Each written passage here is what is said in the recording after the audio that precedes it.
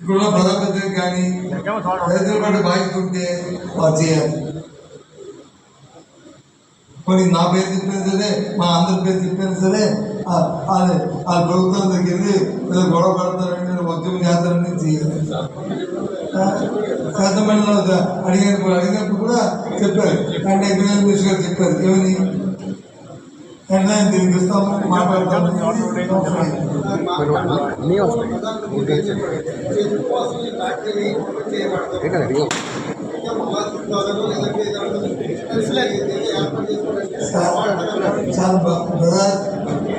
నువ్వు నన్ను ఫాలో అయ్యానంటూ అనుకుంటాను.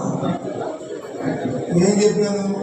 బకాయిలు విడుదల చేస్తూ పూర్తి విధానాన్ని ప్రకటించమన్నాను. దాన్ని బట్టి రైతులు వచ్చి వాళ్ళ తాలూకు మైండ్ని మేకప్ చేసుకుని ఆ కార్యాచరణ ముందుకెళ్తారు. దయచేసి అజెండా ప్రకటించండి అని చెప్పాము. ఇప్పుడు కూడా అది అడుగుతున్నాం. ఇప్పుడు వాళ్ళ అభ్యర్థులు అదే చెప్పాను. దాని ప్రకారం రైతు మైండ్ మేకప్ చేసుకుంటాడు.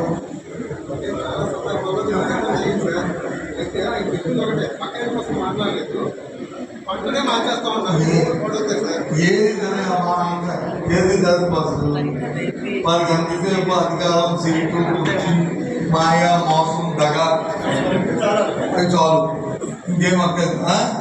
ఏంటి 3 మంది వస్తాం, మాట్లాడుకుందాం. ఓకేనా?